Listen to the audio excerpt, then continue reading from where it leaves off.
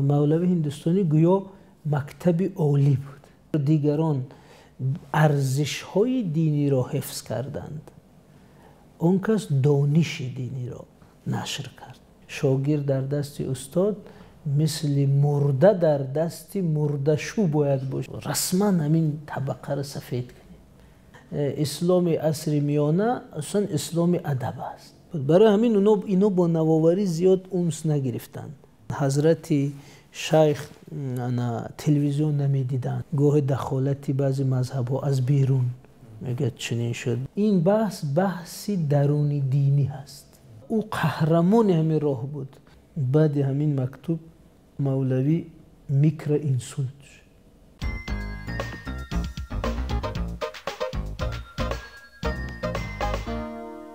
قاری محمد جان رستموف، معروف به مولوی هندوستانی، او کی بود؟ یک روحانی اعتقادمند یا گماشته کگب شوروی؟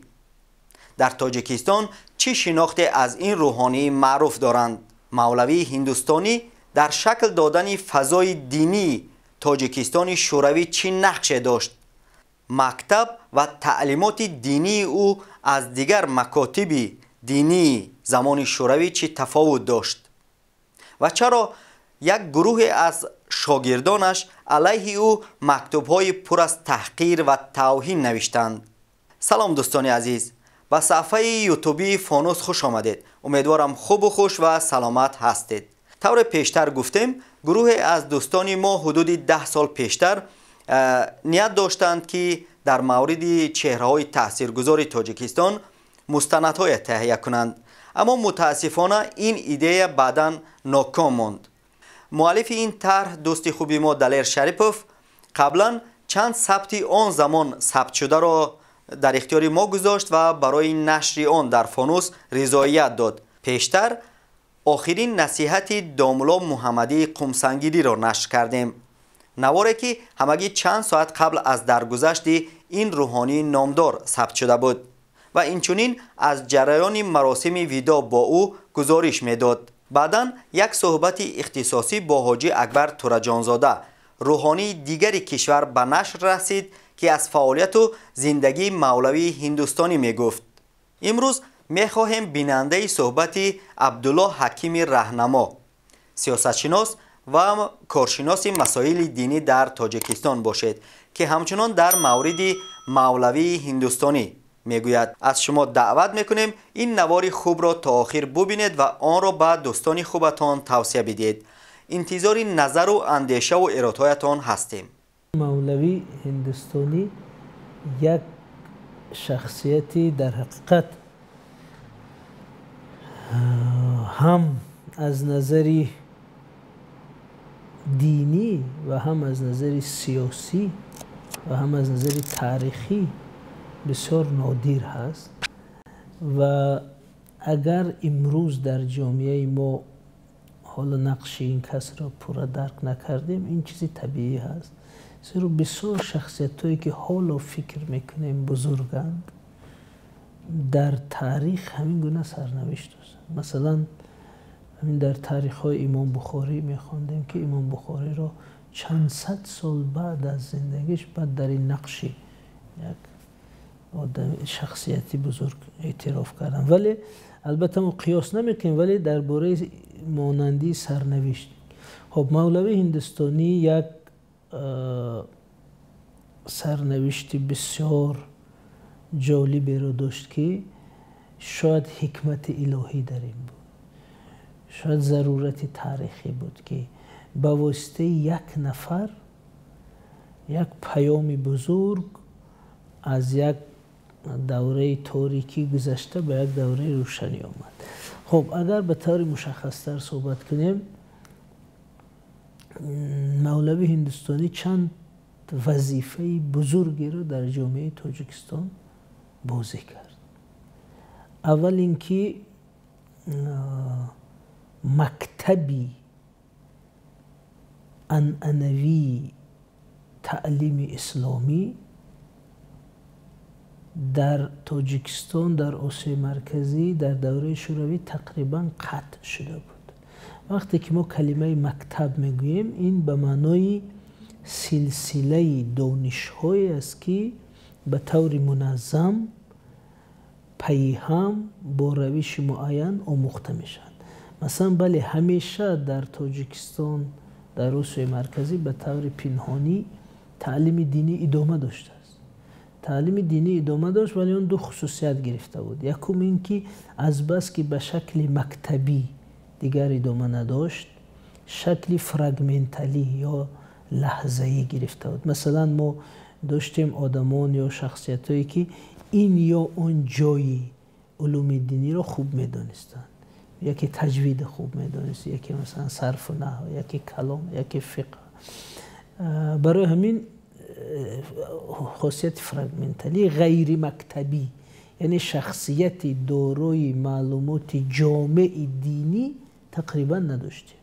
همه این نام‌های بزرگی که ما داریم در این سالهای 50 60 70 اکثرا اینا بزرگی اینا در بخش عملیه و اخلاق هست نسبت به اون که در بخش علوم دینی همچون عالم باشد. و فرق مولوی هندوستانی از تمام این چهره ها در همین است که مولوی هندوستانی همون مکتب رو در شکل کامل آن آورد و انتقال داد. و یک خصوصیت گفتیم که فرگمنتالی شدن. دوم خصوصیت این بود که تعلیم ماهیت دهانی گرفت و از بس که شرایط تعلیم خطی اکادمیکی دینی دیگر نبود، برای همین قسم عملی دین یا دینداری گیم، قسم عملی دینداری نسبتاً استوار باقی ماند. مثلا نماز، روزه و بخشای از تجربه های تصوفی بسیار استوار باقی ماندن، چون اونها رو به تعلیماتی درازمدتی سیستماوی هم به کسی دیگر دادن ممکن بود. برای همین در اطراف شخصیت های صوفیه و عرفانی حلقه های قوی مردمی پیروی همین طریقت ها شکل گرفتن بودن. برای همین وقتی که ما میراث یا وضعیت دینی مثلا سالهای 60 70 80 را بررسی کنیم، در اونجا همین دو چیز هست، یعنی علم فرگمنتالی لحظه‌ای دینی و تجربه عملی تصوفی و همین دو چیز اینا هم ارزشی بزرگ دارن برای همون زمان. ما هرگز این رو باید کم نگوییم. ولی مولوی هندوستانی در همین محیط تماما در شکل دیگر وارد شد، در شکلی کسی که مکتبی تعلیمی نظامدار یا نظاممند دینی را بازگرداند. برای همین مولوی اگر بگوییم که احیا کننده همین مکتب تعلیمات دینی در این مرحله بود، این خطا نیست، زیرا دیگران ارزش های دینی را حفظ کردند، اون کس دانش دینی را نشر کرد. یعنی ارزش و دانش دو چیزی که با هم پیوست. و دیگر خصوصیت مولوی هندوستانی که با تفاوت از دیگر درس دهندگان درس گویان همون دوره میتونیم ذکر کنیم این است که مولوی هندوستانی گویا مکتب عالی بود. مکتب عالی به معنای همین روزه. مثلا شما درس های ابتدایی رو میخونید، درس های پایه رو میخونید و میرید برای تخصص به مکتب عالی.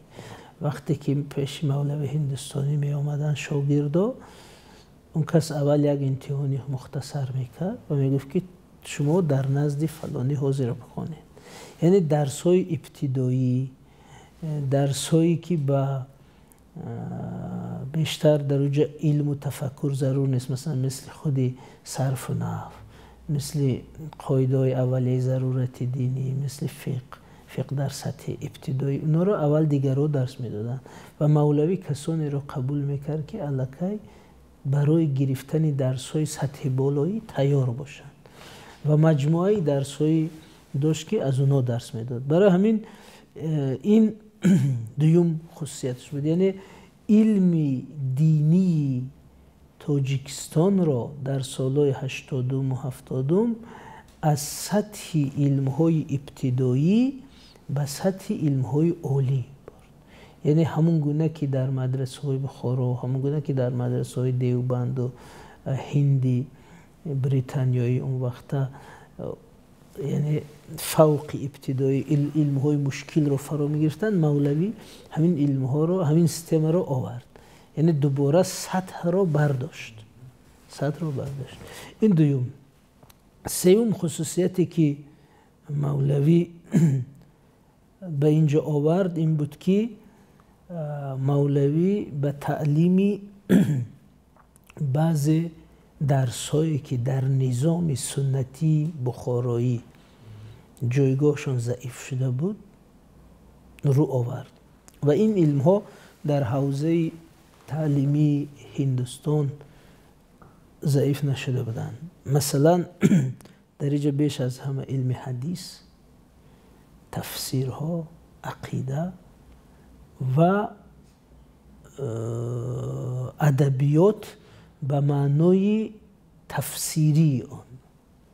خب مثلا اگر شما یادداشت‌های استاد عینی را مطالعه کنید، کتابی استاد عینی با نام تاریخ انقلاب فکری در بخارا، در همین جا درباره وضعیت مدرسه‌های بخارا بسیار چیزای عجیب است و من برای چین دو کتاب عینی را مثال میارم، چون که دیگر کتاب‌های استاد عینی در شرایط‌های خاصی تاریخی، سیاسی، ایدئولوژی نوشته شدند، ولی کتاب تاریخ انقلاب فکری بخارا پیش از انقلاب بخارا نوشته شده است.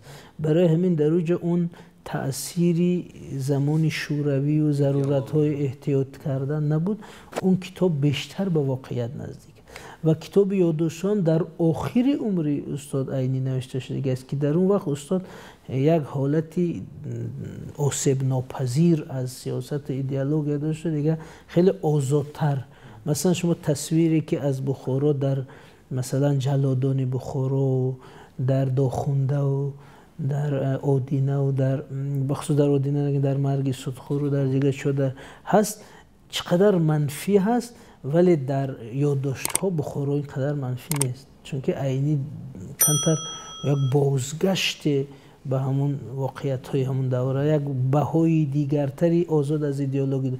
برای من در همین دو کتاب اگر بینید در مدرسه بخارا بعضی تحولات‌های رخ داده بودند که در نتیجه بعضی علم‌هایی که باعث تشکل تفکر و تشکل دیدگاه جمعیتی، ولی سیاسی اگر نگیم دیدگاه جمعیتی میشن، از برنامه‌ها کنار رفته، در جای اون حاشیه‌های زیادی گوناگون.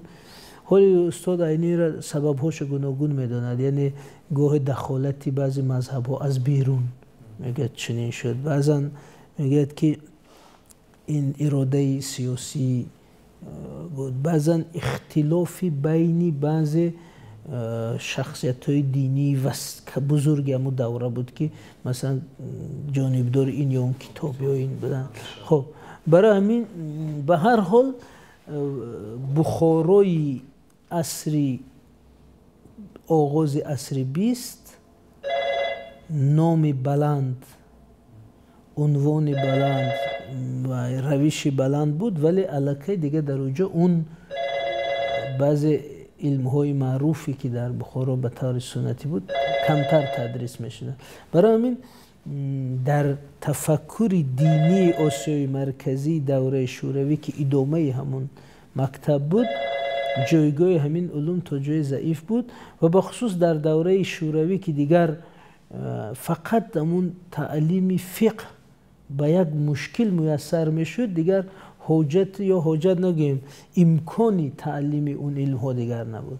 برای همین مولوی هندوستانی که تعلیم اساسی خود را در حوزه های تعلیمی هندوستان گرفت، با اون روحیه، با اون مکتب آمد. برای همین در اینجا ما میبینیم که کسانی که نزد هندوستانی خواندن علاوه بر دانش‌های بنیادی صفر دینی و فقهی، جهانبینی بلندی جمعیتی سیاسی دارند. حال این جهانبینی سیاسی عجیب است که در این فلسفه وقتی که میخونه میگن که هگل خوشبختیش یا بدبختیش در این بوده است که در اساس اندیشه هگل دو مکتب بزرگی فلسفی به وجود آمد که حتی با هم دیگر مخالفند. این سرنوشت هگل. همین مولوی هندوستانی هم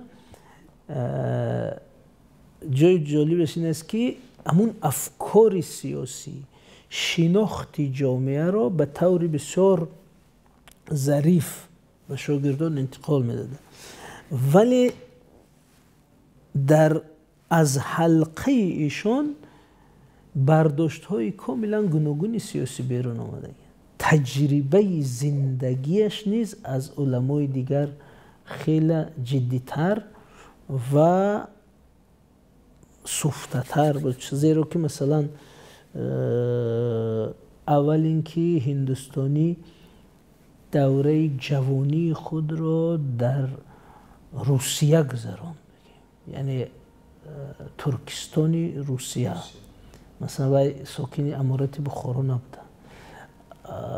اون قلمروی ترکستانی روسیه که قوقند و فرغانه در اون بودن، الکی در اون سالها بسیار حرکت های روشنتری داشته نسبت به بخارا، مثلا مکتبی روش نو یا مثلا کارخانه صنعتی بگیم یا راهی آهن یا فابریکه پخته یا بسیار مفهومای نوتر یا بانک یا پولی، مثلا گردش فینانس و پول، بسیار مفهومایی که به اصطلاح اون وقت در جامعه سرمایه داری که به قوقند و اینا آمده بود، برای بخارایی که نسبتاً فئودالی گونه به اصطلاح مارکسیستی اگر گپ زنه، خب در بخارا اینا ناآشناتر بودن این گپا نسبت به، یعنی در دوره جوانیشون در یک محیطی نسبتاً بازتر، این یک امتیاز ها رشد یافته تر خیلی.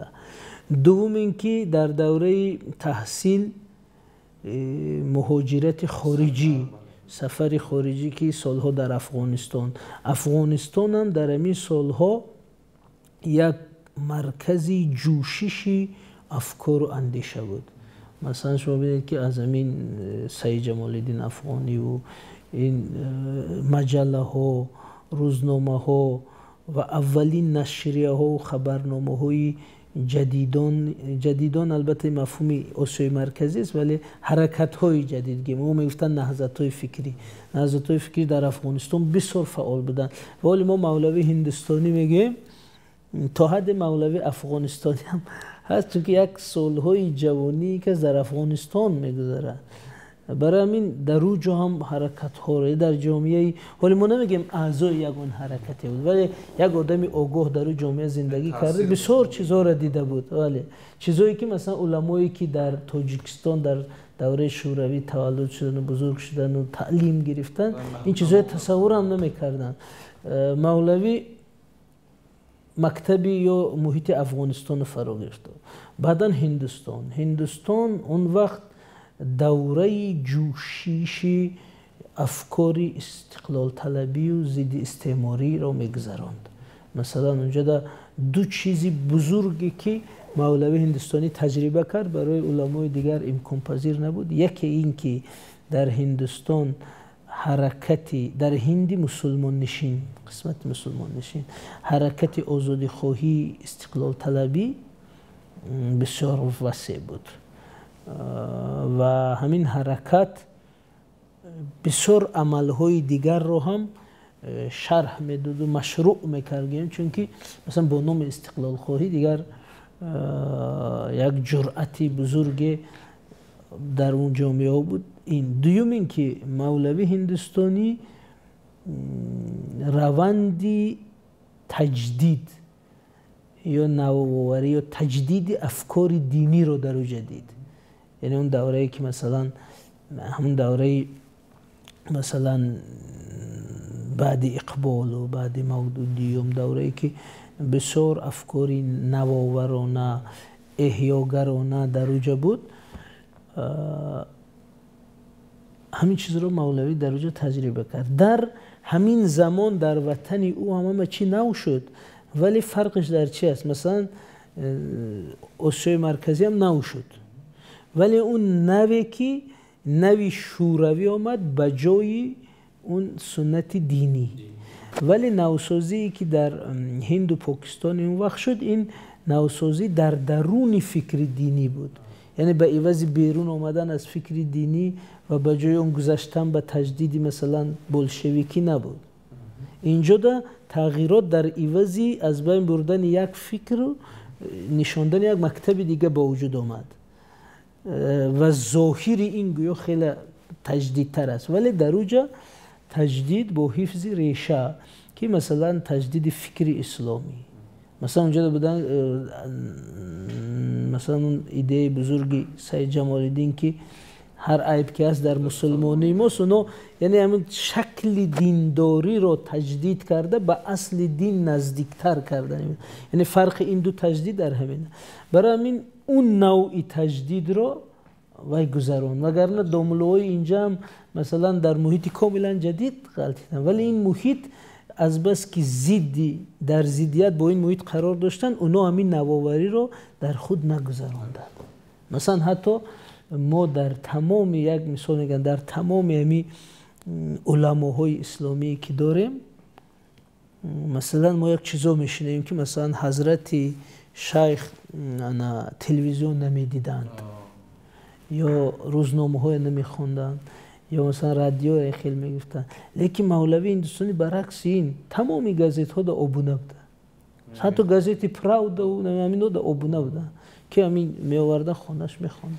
یعنی منظور که وای تجدیدش در درون دین شده بود، برای همین وای سطح نو رو همچون دوامی همون تفکر و ریشه دینیش میدید. در این علمای محلی نوآوری همچون چیز در مقابل اونها، برای همین اینا با نوآوری زیاد اونس نگرفتن.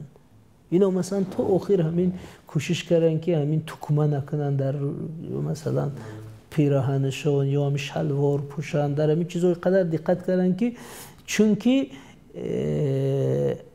چیزی نو در مقابل همین چیزا اونا را گویا که با همین از این چیزی نوی غیر مشروع خودشون بیرون گرفتن. ولی برای هندوستانی که این نوآوری در درون محیط دینی گذرانده بود، مثلا شما اگه حتی لباس هندوستانی ببینید بسیار مؤثر بود. خب با وجود این به هر حال من چی میگفتن که همین دو چیزی که هندوستانی گذرانده، یعنی یکی افکار استقلال طلبی که علاقه امپریالیسم چی است و مستملکه داری چی است و مبارزه با مستملکه چی است و شوروی چی است و از بیرون همه این رو، یعنی و یک مکتب بزرگ سیاسی گذاشته بود از یک طرف. دوم مکتب تجدید و احیای دینی. این دو چیزی بود که با هیچ کسی دیگر در این محیط مقایسه کرده نمیشه. انا برای این آخر اگر جنبه است که میگیم این چیز باعث شد که هندوستانی همین محیط شوروی را آگاهانه توانست استفاده کرد، میدونست که کدام قدم به چی می انجامد. اونچه که در زندگی مولوی هندوستانی بیشتر قابل توجه است، مکتوب‌هایی هست که شاگردان با او رد و بدل کردند و گفته می شود یک مکتوب اخیر که پر از تحقیر و نفرین ها بود بر روح و روان مولوی هندوستانی زیاد تاثیر گذاشت. عبدالله حکیمی راهنما میگوید اگر این نامه شاید 10 سال پیشتر نوشته میشد، چون این تاثیر به مولوی هندوستانی شاید باقی نمیگذاشت. اما میگوید این نامه زمانی نوشته شد که مولوی هندوستانی به 100 قدم گذاشت و حتی همین نامه سبب میکروانسولت گرفتن او شده است. وقتی که این تحقیق گذرانده، من نظرم این بود که نه مولوی هندوستانی نه مؤلفان مکتوب هیچ کدومشون مقصدی بد یا بیرون از دین نداشتند. مثلا البته در مباحثه‌ای که بین جانبداران شده است، یکدیگر را محکوم به نه تنها ضعیفی، محکوم به ضعیفی ایمان، حتی محکوم به خارج بودن از دین میکنه. یعنی مضمون نامه ها این میشد که به یکدیگر پیام این رو داده هستند که تو دین رو نفهمیدی یا از دین خارج شدی با این عملات. ولی هیچ کدوم اینو از دین خارج نبودن. هر یکی اینها عمل خود را همچون راهی بهتری تعالی دین یا راهی بهتری نشر دین حساب میکردن. برای همین این بحثی درونی دینی هست. یکم. دوم اینکه بحثی دو مؤمن است. دوم فقط چیزی که در اینجا ما آشکارا باید بگیم این است که مسئله ادب. یعنی مسئله ادب در چی است؟ حاضر شما اگر همین روش تعلیم بخارا و روش تعلیم بخارا و اوسه مرکزی بیشتر یک جای قوی و شاید هم ضعیف هم قوی همین بود که بسیار بر ادب تاکیه میکرد. اصلا اسلام عصر میانه اصلا اسلام ادب است. مثلا اگر در دوره صدر اسلام خود عقیده خود خلوصیت بسیار ارزشش بلندتر بود، در اسلام عصر میانه اطاعت و ادب ارزشش بالاتر شده. مثلا اگر بگیم که حضرت عمر یک بحث و اعتراض شنوندهش بسیار آزاد قبول میکرد، ولی امام غزالی میگه که شاگرد در دست استاد مثل مرده در دست مرده‌شو باید باشه. یگان نوع حرکت و اعتراض اگر باشد حتی در ضمیرش او فیض نخواهد برد. یعنی در یک باوری مطلق باید باشه. این سنت گاه به حد افراط رسیده بود. مثلا در بخارا هم حتی گاه این تاثیر منفی هم داشت که مثلا هیچ گونه اعتراض، یعنی در برابر مقدس بودن دین مقدس شدن استاد هم به وجود آمد. این در خاصی بخارا هست، سنت آسیای مرکزی است که استاد اینقدر مقدس شد، کتاب ها مقدس شدن. خود کتاب ها مثلا اگر کتابی فرضاً مختصر الوقایه مجموع قاعده فقهی باشد به نفس خود مقدس نیست مثلا، ولی در سنت تعلیمی دینی آسیای مرکزی خود کتاب مقدس شده بود، خود استاد هم خیلی. برای همین از یک سو همین سنتی بسیار کریفه یا مقدس شدن استاد بود. از سوی دیگر همین جوانانی که آمده بودن همین مکتب کم گذاشته بودن، یعنی یک معلومات های دینی و یک معلومات های آگاهی های عمومی اجتماعی و مثلا بیشتر اسلامی کتابی همین مستقیم که مثلا بله مثلا وقتی که میبینی که نادرست است استاد است و شیخ است پیر است و اعتراض تا گفتن در کار. یعنی حتی در دیدگاهی یکی در سیستم ارزش ها هر دوش در درون دین باره دیگه میگه، اما در جا به جا گذاری ارزش ها یک تفاوت بود.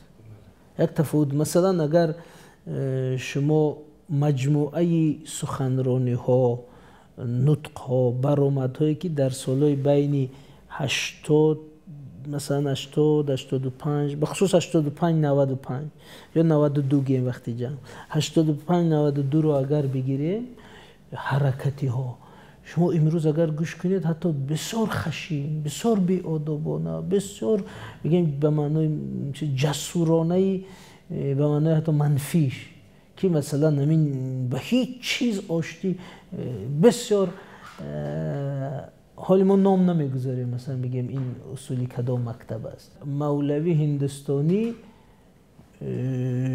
بروش یک هم مکتوب جواب اگر خونه دو چیز او رو به شک میارد. یکم چیزی که مولوی توپ آورده نتونست این همین گستاخی به مثل که برای محیط دینی همون وقتا نهایت غیر انتظار بود. خب دوم چیز به هر حال مولوی احساس کرد که امون بچه ها کارنامه او را ارزیابی کرده نتونستن. یعنی او مثلا چی بگیم او از بین خون گذشته بود، از بین زندان، از بین رپرسی، فشارهای بزرگ. 9.5 سال در سیبیر، در بدرقه، در حبس بود. همین کافی بود که او گرامی باشه و برای عقیده بود، برای یگان کار دیگه نه. خب او قهرمان همین راه بود. او مثلا نمیدونم 10 ساله های پنهانکاری و سکوت از سر گذرانده بود. او 100 ساله میشد اون سال و او به هر حال انتظار داشت که در همین بعد همین کارنامه و بعد همین چیز، من نمیگم من که او واقعا از درون چنین فکر میکرد، یکی چنین مینماید که او ارزش این را داشت که قدردانی شود در همون وقت. ولی همون وقت این مکتوب آمد، برای همین بسیار شکستی کلان براش بود و من فکر میکنم که اگر همین مکتوب 10 سال پیش می بود مولوی جدی نمیگرفت. ولی وقتی که 100 ساله بود، موافق تاریخ سال شماری هجری همون 100 ساله بود، بعد سال شماری میلادی 97 ساله، 98 ساله بود.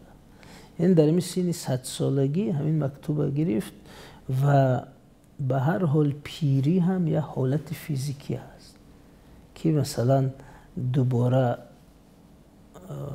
بعضی احساساتی خیلی نزدیک به آدمی خب از اون جدیتی میان سالی و کلان سالی کنتر دور رفتن. برای همین یعنی بسیار ایموشنالی و احساسی قبول شد. برای حتی من بسیار شاهدا صحبت کردم، اونها میگن که در حقیقت بعد همین مکتوب مولوی میکر انسولت شد و اگر دستخطی جوابی مولوی که با دست خودش نوشته است ببینید بسیار خطی کج و کلیبی بی‌زیب است نسبت خطی معمولی هندوستانی. اینکه چونین بعد میکر انسولت بعد 2 ماه جواب نوشته. جوانان هم زود همین رو فهمیده بودن که خطا کردن، چون که بسیار تلاش های همین رفته بخشش پرسیدن و آشتی کردن و زوره و تولا کردن و یگان خیلی به حضورش رفتن، خیلی شدگی بودن اون وقت.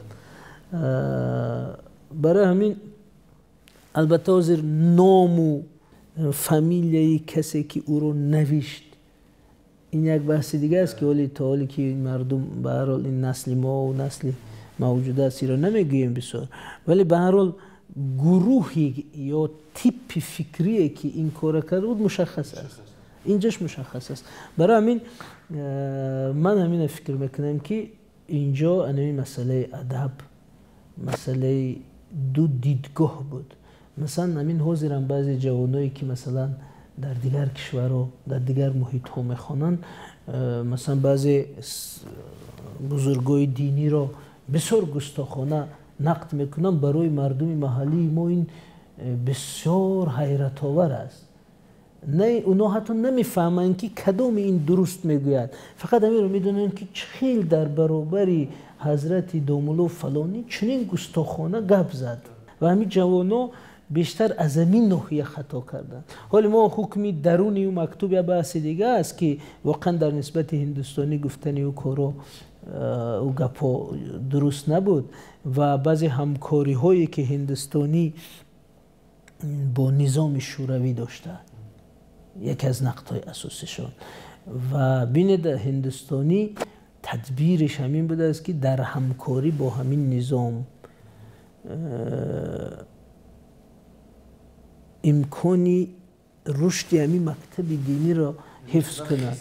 ولی جوانی که تجربه کمترین داشته باشه، سیستم سیاسی رو نفهمد، خود همین قانونمندی جامعه داری رو نفهمد، برای او هندوستانی یک همکاری این سیستم بود و یک چی بود.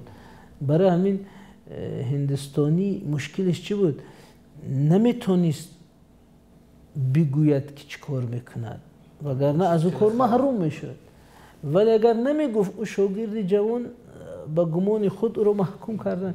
برای یک بسیار مشکل است این خیلی حالت برای انسان. مولوی هندوستانی آثاری فکری، آثاری کتبی، علمی، فکری به جای نگذاشته در حجمی که میگیم خود آثار را آموزیم. خب ولی این کسا یک خدمت کردن.